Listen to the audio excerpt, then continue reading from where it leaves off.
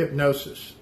Have you ever had a conversation where before you knew it, you found yourself agreeing with the other person without even really knowing why? Or maybe you met someone who made you feel instantly comfortable, like you could just trust them with anything. Well, that's no accident. These people might not even realize it, but they're using hypnotic influence, something that we all encounter daily in sales, leadership, relationships, and even casual conversations. Today, I'm going to break down the subtle yet powerful techniques of hypnotic persuasion, how to use them ethically, how to recognize when they're being used on you, and how they can transform your ability to communicate and lead. First thing is the principle of confusion. You see, our brains crave patterns and predictability. When something unexpected happens, even for a split second, our minds pause, trying to make sense of that situation. This moment of confusion makes us suggestible. Let me show you what I mean. Take a simple handshake. When you go to shake somebody's hand before releasing it, touch their forearm and say, "Isn't that interesting?"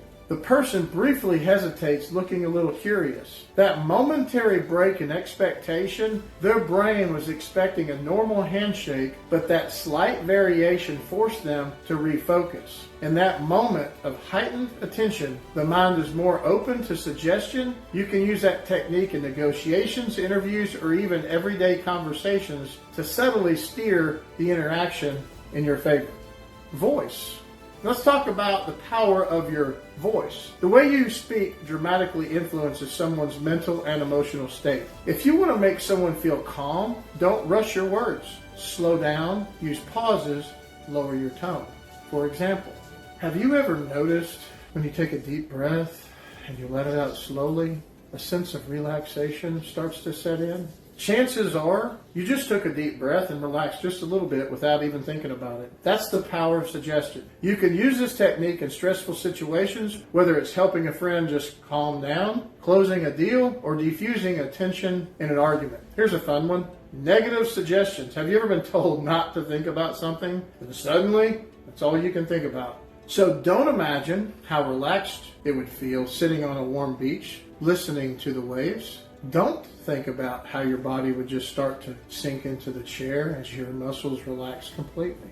Your brain had to picture it, right? You had to think about it to understand what I was saying. This technique is used in sales, leadership, even parenting. Instead of saying, "Don't be nervous," say, "Many people find that when they take a deep breath, they naturally feel more at ease." You're leading them down the direction with a desired feeling without resistance. The next technique is called emotional anchoring. Our brains naturally link emotions to certain actions or words or even physical gestures. Let me give you an example.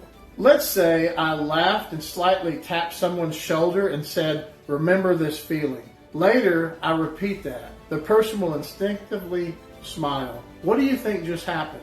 I created an emotional anchor. So next time I tap their shoulder and say that phrase, their brain will subconsciously recall that happy feeling. This works great in sales, public speaking, or even strengthening relationships. It's the same principle advertisers use when they attach music or slogans to emotions.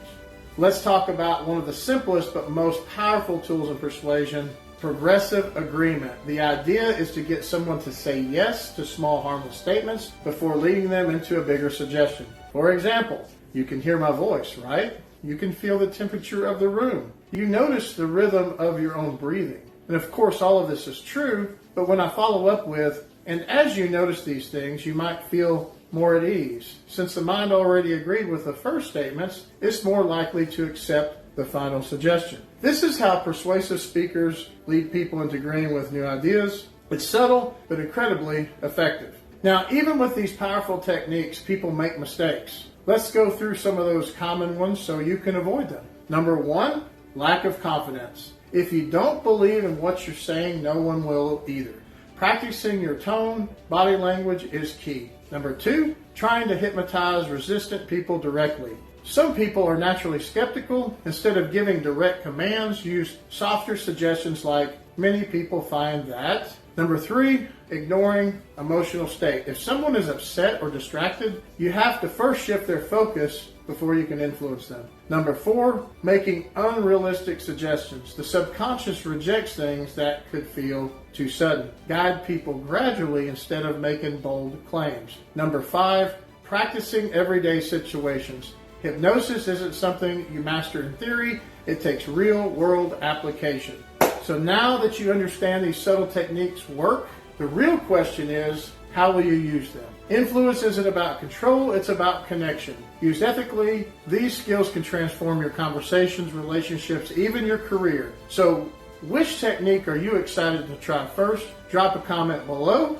I'd love to hear your thoughts. If you found this valuable, don't forget to like, subscribe, and hit that notification bell so you never miss an update. See you in the next video. I'm Richard Smith. Thank you for visiting my channel.